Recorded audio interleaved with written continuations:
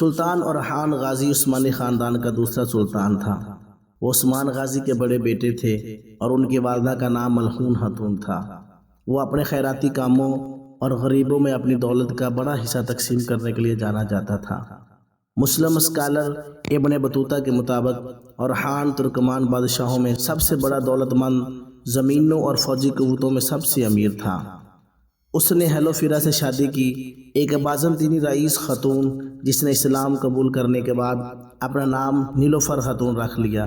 اس شادی سے اگلا سلطان مراد اول پیدا ہوا۔ اپنے والد کی طرح اورحان غازی نے بھی ساری زندگی بہت سی لڑائیاں کی اور بہت سی زمینیں فتح کی۔ 1326 میں اس نے برسا پر قبضہ کیا اور اسے اپنی سلطنت کا دارالحکومت بنایا۔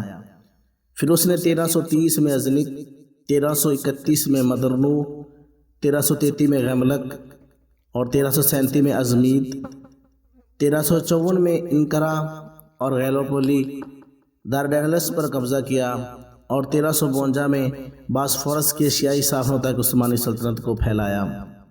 اس نے اپنے بھائی علاء الدین پاشا کو اپنا وزیر اعظم بنایا۔ 1359 میں اس نے اپنے بیٹے مراد اول کے لیے تخت چھوڑ دیا اور 1360 میں آپ کی وفات ہوئی۔